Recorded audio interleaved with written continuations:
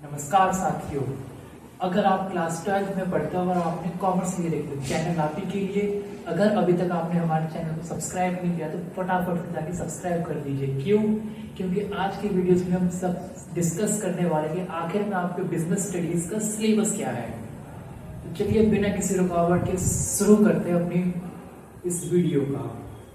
So let's begin.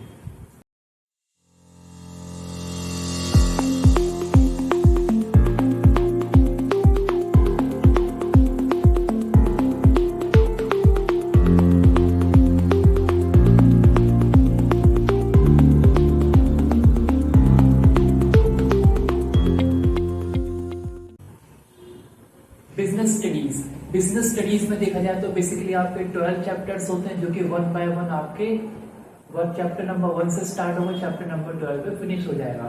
तो basically इसमें आपको ना दो पार्ट्स में डिवाइड कर दिया, part A and part B.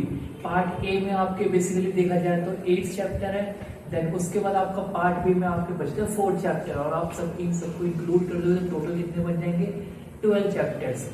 तो चलिए वन बाय वन हर एक चैप्टर्स के बारे में जानते हैं आखिर में चैप्टर्स में है। नंबर 1 चैप्टर, जो नंबर 1 चैप्टर आपका वो है nature and significance of management. Basically इसमें आपको मैनेजमेंट के कुछ प्रिंसिपल मैनेजमेंट के बारे में बताया जाएगा, उसकी डेफिनेशन बताई जाएगी, कैरेक्टर्स बताए जाएंगे, फीचर्स बताए जाएंगे, एडवांटेज डिसएडवांटेज।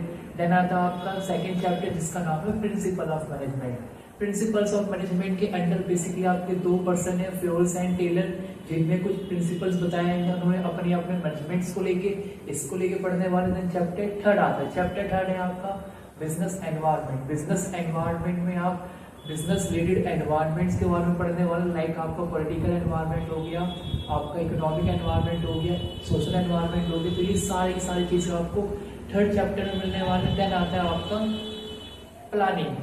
4th चैप्टर रहने वाला आपका प्लानिंग। प्लानिंग के बाद आपका 5th चैप्टर रहेगा ऑर्गेनाइजिंग। ऑर्गेनाइजिंग के बाद 6th चैप्टर रहेगा आपका स्टाफिंग।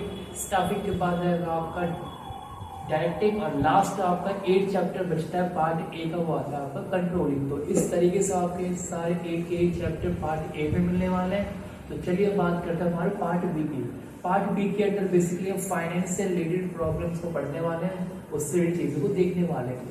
तो इसमें आपका 9 चैप्टर आता है, वो आपका है फाइनेंशियल मैनेजमेंट की। आखिर में आप अपने फाइनेंस को किस तरीके से मैनेज करते हो, कौन सा पैसा इन्वेस्टमेंट में लगता है, कौन सा आपका ऑपरेटिंग में जाता है, कौन सा आपका इन्वेस्टिंग में जाता है। तो इस तरीके की चीजें आपको चैप्टर 9 में मिलने वाले। देन आता है आपका चैप्टर 10, इसमें आपको फाइनेंशियल मार्केट कि आखिर में फाइनेंस मार्केट होते हैं, इससे रिलेटेड चीजें मिलने वाले। देन आता है आपका चैप्टर 11। चैप्टर 11 में बनता है आपका मार्केटिंग मैनेजमेंट।